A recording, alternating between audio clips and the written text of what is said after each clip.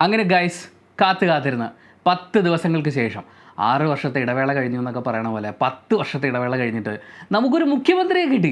ഇത്രയും ദിവസം ഏറ്റവും കൂടുതൽ ട്രോള് വന്നൊരു കാര്യം, അത് ഞാനും ഒരുപാട് എൻജോയ് ചെയ്തൊരു ട്രോളാണ്. അതായത് മറ്റ് സംസ്ഥാനത്തുള്ള ആൾക്കാരുമായിട്ട് വഴക്കിട്ട് ബഹളം വെച്ച് അവരെയൊക്കെ കളിയാക്കി ഏറ്റവും ലാസ്റ്റ് നീ പോടാ മുഖ്യമന്ത്രി ഇല്ലാത്തവനെ എന്ന് വിളിക്കുന്ന ഒരു സംഭവം ഉണ്ടല്ലോ, അത് ശരിക്കും ഭയങ്കര രസമുള്ളൊരു പരിപാടിയായിരുന്നു. ഒരുപാട് ആളുകൾ അതിനെ ക്രിയേറ്റീവായിട്ട് ഉപയോഗിച്ചു. അതൊരു നാണക്കേടായിരുന്നു. നമ്മൾ തുടക്കത്തിൽ ഇതിനൊരു ജനാധിപത്യത്തിൻ്റെ സൗന്ദര്യം എന്നൊക്കെ ഈവൻ ഞാനും അത് അങ്ങനെ തന്നെ പറഞ്ഞിട്ടുണ്ടായിരുന്നു. കാര്യം എനിക്ക് മുഖ്യമന്ത്രി ആവാൻ ആഗ്രഹമുണ്ട് എന്നുള്ളത് വിജയിച്ച് വന്നൊരു MLA പറയുന്നതിൽ എന്ത് തെറ്റാണുള്ളത്? അപ്പോൾ അവരിൽ ഏറ്റവും കഴിവുള്ള, ആഗ്രഹം ഉണ്ടെന്ന് പറഞ്ഞ് മുന്നോട്ട് വരുന്ന ആൾക്കാരിൽ കഴിവുള്ള ഒരാളെ മുഖ്യമന്ത്രിയാക്കുക, ഇതാണല്ലോ ചെയ്യേണ്ടത്. പക്ഷേ ഇതിങ്ങനെ നീണ്ടു പോവുകയാണ്. ഇതിൻ്റെ ഇടയിൽ കേരളത്തിൽ കുറേ എണ്ണം തൂങ്ങിച്ചാവാൻ നോക്കുന്നു, കുറേ എണ്ണം കത്തിച്ച് മരിക്കാൻ നോക്കുന്നു, ഭീഷണി ഉണ്ടാവുന്നു, സോഷ്യൽ മീഡിയയിൽ പോസ്റ്റ് വരുന്നു, വർഗീയ പോസ്റ്റുകൾ വരെ നമുക്കതിൽ കാണാൻ പറ്റുന്നുണ്ട്. നമ്മൾ ഈ വർഗീയത എന്നുള്ള വാക്ക് ഈ UDF ആയിട്ട് ചേർത്ത് പറയുമ്പോൾ കുറച്ച് ആൾക്കാർ അങ്ങനെയൊന്നും നിങ്ങൾ വർഗീയത എന്ന് പറയുന്നതെന്നൊക്കെ പറയും. എന്തായാലും അങ്ങനെയുള്ള ഒരുപാട് പോസ്റ്റൽ യുദ്ധം, പോസ്റ്റുകൾ ഇട്ടുള്ള യുദ്ധത്തിനൊക്കെ ശേഷം അവസാനം ഹൈക്കമാൻഡ് ഒരു തീരുമാനമെടുത്തിരിക്കുകയാണ്. ആരാണ് കേരളത്തിൻ്റെ മുഖ്യമന്ത്രി എന്നുള്ളത്?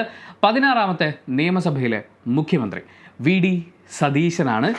കേരള രാഷ്ട്രീയത്തിൽ ഒരുപാട് വർഷങ്ങളായി ശ്രദ്ധിക്കപ്പെട്ടിട്ടുള്ള ഒരു ശബ്ദമാണ്. പ്രത്യേകിച്ച് തൊട്ട് മുൻപത്തെ നിയമസഭയിലെ പ്രതിപക്ഷ നേതാവായിരുന്നു അദ്ദേഹം. അതിശക്തമായിട്ട് ഭരണപക്ഷത്തുണ്ടായിട്ടുള്ള ഓരോ ചെറിയ കാര്യങ്ങളെ വരെയും എടുത്തു പറഞ്ഞുകൊണ്ട് ഇവിടെ ഒരു ഭരണവിരുദ്ധ വികാരമുണ്ട് എന്ന് പറയുന്ന ഒരു കാര്യത്തിനെ ശക്തമായി ജനങ്ങളുടെ ഉള്ളിൽ പതിപ്പിക്കുന്ന രീതിയിൽ സ്വർണ്ണക്കടത്ത് കേസും നിയമന വിവാദവും അങ്ങനെ ഒരുപാട് വിഷയങ്ങളെ ജനശ്രദ്ധയിലേക്ക് കൊണ്ടുവരികയും അവരുടെ ശ്രദ്ധയിൽ നിന്ന് അത് മാറ്റാതിരിക്കാൻ വേണ്ടിയിട്ട് അഹോരാത്രം പണിയെടുക്കുകയും ചെയ്തിട്ടുള്ള ഇടതുപക്ഷത്തിൻ്റെ പരാജയത്തിന് വലിയൊരു കാരണക്കാരനായിട്ടുള്ള ആളായിട്ട് തന്നെയാണ് VD സതീശനെ നമ്മൾ വിലയിരുത്തുന്നത്. അദ്ദേഹത്തിൻ്റെ സപ്പോർട്ടേഴ്സും പറഞ്ഞിട്ടുള്ളത് അത് തന്നെയായിരുന്നു. ഇത്തവണത്തെ വിജയശില്പി ആരാണോ അയാൾ തന്നെയാണ് മുഖ്യമന്ത്രി ആവേണ്ടതെന്നുള്ളത്.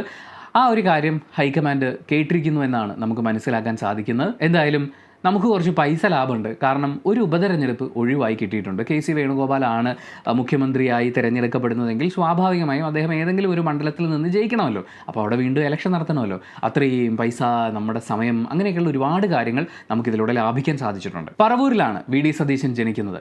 തൻ്റെ ജന്മനാട്ടിലെ രാഷ്ട്രീയ സാമൂഹിക സാഹചര്യങ്ങളെ മനസ്സിലാക്കിയ അദ്ദേഹം വിദ്യാർത്ഥി രാഷ്ട്രീയ പ്രസ്ഥാനങ്ങളിലൂടെയാണ് രാഷ്ട്രീയത്തിലേക്ക് കടന്നു വരുന്നത്. ക്യാമ്പസുകളിലെ ചർച്ചകളിലും വിദ്യാർത്ഥി പ്രക്ഷോഭങ്ങളിലുമൊക്കെ മുന്നിൽ നിന്ന് നയിച്ച അദ്ദേഹം KSU വഴി സജീവ രാഷ്ട്രീയത്തിലേക്കും അവിടെ നിന്ന് ഇന്ത്യൻ നാഷണൽ കോൺഗ്രസിലും തൻ്റെ സ്ഥാനമുറപ്പിച്ചു. 2001 ആദ്യമായി നിയമസഭയിലേക്ക് അദ്ദേഹം തെരഞ്ഞെടുക്കപ്പെടുന്നത്. 2021 UDFൻ്റെ പ്രതിപക്ഷ നേതാവായി അദ്ദേഹം സ്ഥാനമേറ്റു. തുടർന്ന് അദ്ദേഹം നടത്തിയിട്ടുള്ള ഓരോ പ്രചാരണങ്ങളും തീർച്ചയായും LDFനെ വളരെയധികം തളർത്തുന്ന ഒരവസ്ഥയിലേക്ക് കൊണ്ടെത്തിച്ചിട്ടുണ്ടായിരുന്നു. ഇത്തവണത്തെ UDFൻ്റെ മിന്നും വിജയത്തിൽ VD സതീശൻ വഹിച്ചിട്ടുള്ള പങ്കും നമുക്ക് തള്ളിക്കളയാൻ പറ്റില്ല. പക്ഷേ മുഖ്യമന്ത്രിയായി സ്ഥാനമേൽക്കുന്ന VD സതീശൻ്റെ മുമ്പിൽ ഒരുപാട് വെല്ലുവിളികളുണ്ട്. സംസ്ഥാനത്തിൻ്റെ സാമ്പത്തിക പ്രതിസന്ധി ഒരു ഘടകമാണ്.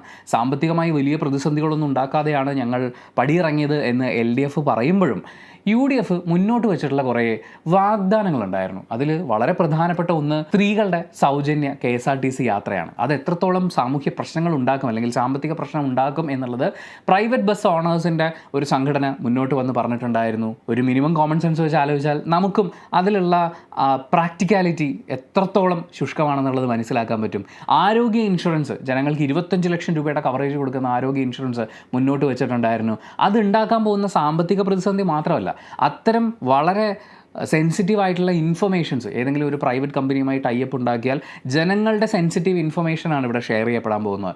അതുണ്ടാക്കാൻ പോകുന്ന ദൂരവ്യാപകമായിട്ടുള്ള സാമൂഹ്യ പ്രശ്നങ്ങൾ നമ്മുടെ മുഖ്യമന്ത്രിയുടെ മുന്നിൽ ഒരു വെല്ലുവിളിയാണ്. വാഗ്ദാനം കൊടുക്കുന്ന സമയത്ത് അത് ഭയങ്കര ഈസിയാണ്. പക്ഷേ അതിൻ്റെ ഒരു പ്രാക്ടിക്കൽ സൈഡിലേക്ക് വരുമ്പോൾ മുഖ്യമന്ത്രി എന്ന നിലയിൽ VD സതീശൻ ഒരുപാട് ചോദ്യങ്ങൾക്ക് ഉത്തരം പറയണം, ജനങ്ങളെ കൺവിൻസ് ചെയ്യേണ്ടതുണ്ട്. കോളേജ് വിദ്യാർത്ഥിനികൾക്ക് പ്രതിമാസം 1000 രൂപ വെച്ച് കൊടുക്കും എന്ന് അവർ പ്രഖ്യാപിച്ചിട്ടുണ്ടായിരുന്നു.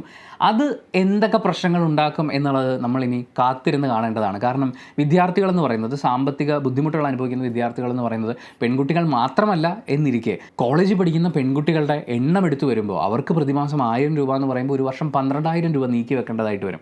12,000 ഇൻറ്റു ഇത്രയും വിദ്യാർത്ഥിനികളുടെ നമ്പറാണ് വരുന്നത്. അതൊരു വലിയ സംഖ്യയാണ്. അതിനുള്ള പണം ഗവൺമെൻറ് എവിടെ നിന്ന് കണ്ടെത്തും എന്നുള്ളൊരു ചോദ്യം, ഈ ഇൻഷുറൻസിൻ്റെ കാര്യവും കൂടി, ഇതെല്ലാം കൂടി ചേരുമ്പോൾ VD സതീശൻ്റെ മുമ്പിൽ വരാൻ പോകുന്നത് ഒട്ടനവധി ചോദ്യങ്ങൾ ചോദ്യങ്ങളാണ്. ഈവൻ മുന്നണിയിൽ നിന്ന് അടക്കം അദ്ദേഹത്തിന് ചോദ്യങ്ങൾ നേരിടേണ്ടതായിട്ട് വരും, പ്രതിപക്ഷത്തിൻ്റെ ചോദ്യങ്ങൾ നേരിടേണ്ടതായിട്ട് വരും, ജനങ്ങളെ കൺവിൻസ് ചെയ്യേണ്ടതായിട്ട് വരും. പുതുതായി ഞങ്ങൾ തുടങ്ങാം എന്ന് പറഞ്ഞ കാര്യങ്ങൾ മാത്രം നടത്തി കാണിച്ചാൽ പോരല്ലോ. ഇതിന് മുൻപത്തെ സർക്കാർ വളരെ വിജയകരമായി മുന്നോട്ട് കൊണ്ടുപോയിക്കൊണ്ടിരുന്ന പല കാര്യങ്ങളുണ്ട്. അതിൽ പെൻഷൻ കൃത്യസമയത്ത് കൊടുക്കുക, ദുരിതാശ്വാസ പ്രവർത്തനങ്ങൾ ഏകോപിപ്പിക്കുക, വയനാട് ദുരന്ത ബാധിതർക്ക് എത്തിക്കൊണ്ടിരുന്ന സഹായങ്ങൾ കൃത്യമായി കൊടുക്കുക. പിന്നെ കേരളം പോലൊരു സംസ്ഥാനത്ത് പലതരം പ്രശ്നങ്ങൾ പല സമയങ്ങളിലായിട്ടുണ്ടാവും. ഇതിനെയൊക്കെ കൃത്യമായി ഏകോപിപ്പിക്കുക, എല്ലാത്തിനും ഒരു പ്രതിരോധം തീർക്കുക എന്നൊക്കെ പറയുന്നത് വി.ഡി. സതീശൻ്റെ മുമ്പിലെ ചെറുതല്ലാത്തതെന്നല്ല, ഏറ്റവും വലുതായിട്ടുള്ള ഒരു വെല്ലുവിളി തന്നെയാണ്. ഒരാൾ മുഖ്യമന്ത്രി സ്ഥാനത്തേക്ക് എത്തുമ്പോൾ അയാളുടെ മുമ്പിൽ കുറച്ച് വെല്ലുവിളികളൊക്കെ ഉണ്ടാകുന്നത് സ്വാഭാവികമാണ്. പക്ഷേ വി.ഡി. സതീശൻ്റെ മുമ്പിലുള്ള വെല്ലുവിളികൾ എന്ന് പറയുന്നത് ജയന്തി ജനത എക്സ്പ്രസ് പോലെ നീണ്ടു പരന്ന് വിശാലമായിട്ട് കിടക്കുകയാണ്. പക്ഷേ വി.ഡി. സതീശൻ്റെ മുമ്പിലേക്ക് വരാൻ പോകുന്ന മറ്റൊരു പ്രധാനപ്പെട്ട വെല്ലുവിളി, പുള്ളിക്ക് ഒരു പ്രതിപക്ഷത്തെ നേരിട്ടാൽ പോരാ എന്നുള്ളതാണ്. കാരണം 3 പേരാണ് ഇത്തവണ മുഖ്യമന്ത്രി സ്ഥാനത്തേക്ക് അവർ പരിഗണിച്ചിരുന്നത്. ആ 3 പേർക്കും കൃത്യമായിട്ടുള്ള സപ്പോർട്ടിംഗ് സിസ്റ്റം ഉണ്ടായിരുന്നു. ഈ സിസ്റ്റത്തിനെയൊക്കെ മറികടന്നുകൊണ്ടാണ് വി.ഡി. സതീശന് മുഖ്യമന്ത്രി പദം കിട്ടുന്നത്.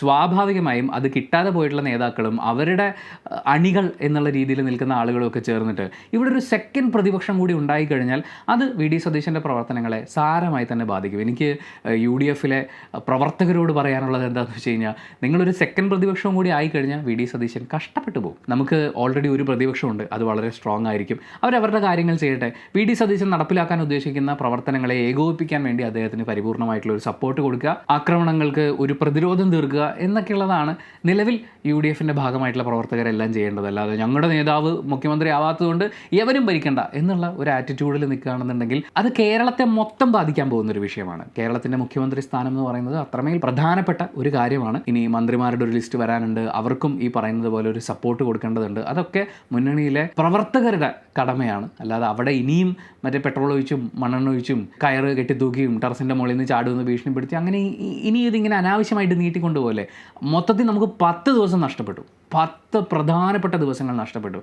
അതൊരു ചെറിയ ദിവസക്കണക്കല്ല. അപ്പോൾ അതും കൂടി പരിഗണിച്ചുകൊണ്ട് വി.ഡി. സതീശന് ഈ വെല്ലുവിളികളെയൊക്കെ തരണം ചെയ്യാനുള്ള ശക്തി കിട്ടട്ടെ എന്ന് ആത്മാർത്ഥമായി ആഗ്രഹിച്ചുകൊണ്ട് പ്രതീക്ഷിച്ചുകൊണ്ട് നമ്മൾ ഈ വീഡിയോ വൈൻഡപ്പ് ചെയ്യുകയാണ്. പക്ഷേ ഞാനൊരു കാര്യം ചോദിക്കട്ടെ, ഈ പറയുന്ന വെല്ലുവിളികളെയൊക്കെ മറികടന്നുകൊണ്ട് വി.ഡി. സതീശന് ഒരു നല്ല മുഖ്യമന്ത്രിയായി തെളിയിക്കാൻ സാധിക്കുമോ? അദ്ദേഹത്തിൻ്റെ ബുദ്ധിപരമായ നീക്കം കേരള രാഷ്ട്രീയത്തിൽ എന്തൊക്കെ മാറ്റങ്ങളാണ് കൊണ്ടുവരാൻ പോകുന്നത്? കേരളത്തിലെ ജനങ്ങളുടെ ജീവിതത്തിൽ എന്ത് മാറ്റങ്ങളാണ് കൊണ്ടുവരാൻ പോകുന്നത്? വി.ഡി. സതീശൻ എന്ന മുഖ്യമന്ത്രിയിൽ നിന്ന് നിങ്ങൾ പ്രതീക്ഷിക്കുന്നത് എന്തൊക്കെയാണ്? അതൊന്ന് കമൻറ്റ് ബോക്സിൽ രേഖപ്പെടുത്തുകയാണെന്നുണ്ടെങ്കിൽ നമുക്ക് അതിനെക്കുറിച്ച് ആരോഗ്യകരമായ ചർച്ചയാവാം. നിയുക്ത മുഖ്യമന്ത്രി വി.ഡി. സതീശന് എല്ലാവിധ ആശംസകളും നേർന്നുകൊണ്ട് thank you so much for watching this video. ഇഷ്ടപ്പെട്ട ലൈക്ക് ചെയ്യുക, കമൻറ്റ് ചെയ്യുക, ഷെയർ ചെയ്യുക, സബ്സ്ക്രൈബ് ചെയ്യുന്ന കാര്യവും ഹൈപ്പ് ചെയ്യുന്ന കാര്യമൊക്കെ പരിഗണിക്കുക.